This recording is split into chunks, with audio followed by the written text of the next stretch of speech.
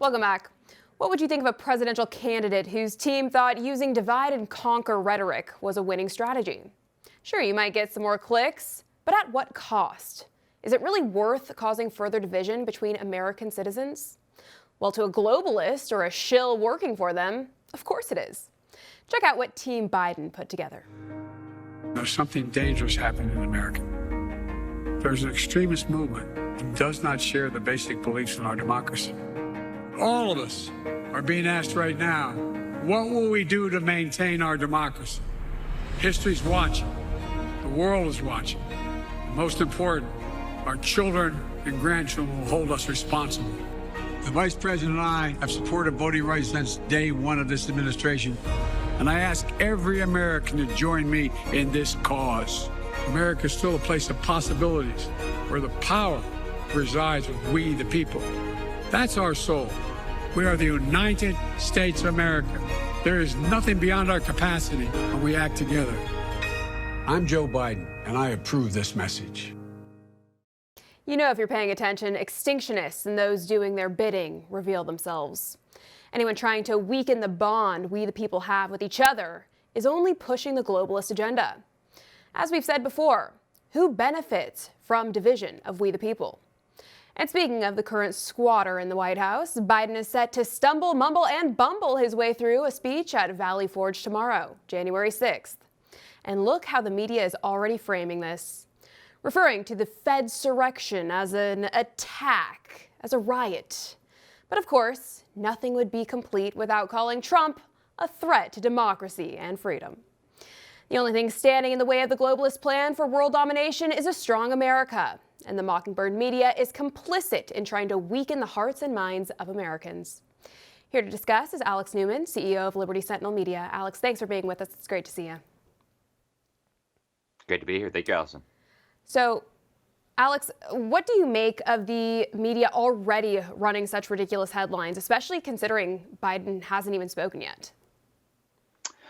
Well, there's several things going on here, Allison. I think there really is an agenda not just to divide Americans, and this may sound inflammatory, but I believe there is a concerted effort to have Americans turn on each other to the point of violence and even civil war. When you see the new Hollywood propaganda movie coming out about civil war, when you see all these experts from government and academia claiming that Christians and people who have European ancestors and people who are heterosexual are somehow a threat, violent extremists or domestic violent extremists. They're doing this on purpose. They're trying to radicalize various factions of the United States. They're importing people from other countries and telling them that America is evil and systematically racist and oppressive. So there is a very real agenda to divide America. And the media providing cover for Joe Biden and these absolutely outrageous statements is almost a new low. I mean, what we're dealing with here is a media that is pouring jet fuel on the dumpster fire. And the consequences of this, I truly believe, are going to be cataclysmic if we don't get this craziness under control. I think you're absolutely right, Alex. It is really just astounding to watch it all unfold, and so sad for us, citizens that have to endure this. But at the end of the day, it's all really about division, and even going as far back to the aftermath of 9/11. The Patriot Act was birthed focusing then on adversary overseas. Now, in the last number of years, even before January 6th, we saw the narrative shift where now the FBI and the Biden administration postulate that Christians, as you mentioned, and those on the right or in the conservative movement are new terrorist threats, right? Do you see any connection between major events where globalist power brokers, along with their positioned politicians, craft policies and narratives specifically to fit their planned agenda? There's no question that that's what's going on, Allison. In fact, one of the tools that one of their tax-funded academics came up with was the pyramid of far-right radicalization. And they try to equate the Heritage Foundation and Fox News, there you have it right there, the John Birch Society, the Republican Party, the Christian Broadcasting Network, with actual Nazis, with terrorists, right? Even though they have nothing to do with each other. Nazism is, of course, National Socialism. It's a far left ideology right alongside communism. So we're watching here a psychological terror campaign against the American people that is designed to confuse, that is designed to mislead, that ultimately is designed to turn the federal government into a tool for persecuting political opposition, for persecuting the very people who believe in the ideals of the founding of the United States, which, of course, if you read Federalist Number 10, written by James Madison, the father of the Constitution, was a republican form of government based on the rule of law. Law, of course, coming primarily from the Bible, as they all explained. They quoted Sir William Blackstone, right? God's laws are the primary laws. That's why you have a right to life, because God said, thou shalt not murder. That's why you have a right to property, because God said, thou shalt not steal. So I want to turn all this on its head and say that the people who defend the ideas that our nation was founded on, individual liberty, the Bible, etc., are terrorists, and that the defenders are the people like Joe Biden. This is a narrative that is designed to destroy the United States of America, to divide the American people, and ultimately pave the way for, as you pointed out, the globalist agenda, the creation of this totalitarian global economic and political structure that David Rockefeller talked about. Exactly. Very true. And that's precisely where this is all headed. I don't know if we can stop it, given that it seems to be full steam ahead here.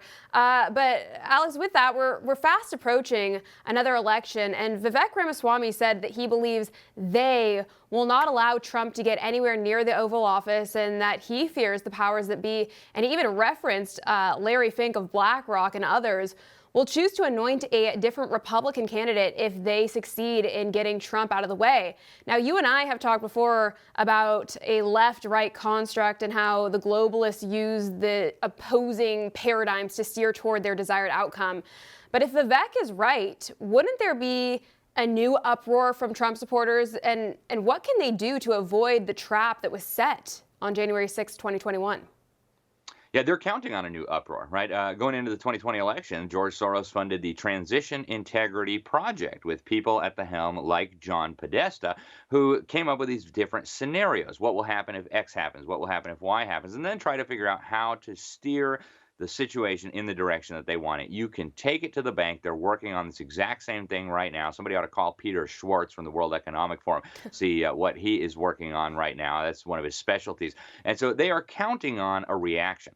What happened on January 6th will be replicated again. They will use federal agents. They will use Antifa. They will use radicals dressed up as Trump supporters to try to stir up trouble, because it worked on January 6th, at least in the minds of 20-30% of the population, the people still watching the CNNs and the MSLSDs of the world.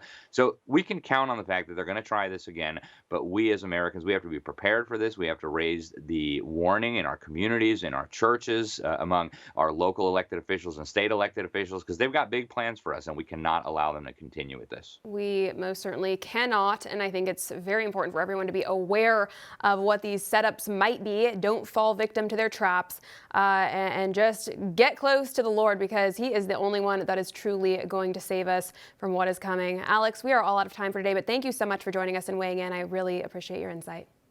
Thank you, Alison. For all our viewers asking where One America News is heading in the future, we would like to introduce you to OAN Live. OAN Live is the best way to stay up to date on all of the hard-hitting, straight-shooting, national and international headlines. And the best part is, OAN Live is only $4.99 per month. All the credible, honest, unbiased reporting One America News offers at a fraction of the cost of cable. Just go to OANN.com to easily sign up for OAN Live and stay informed.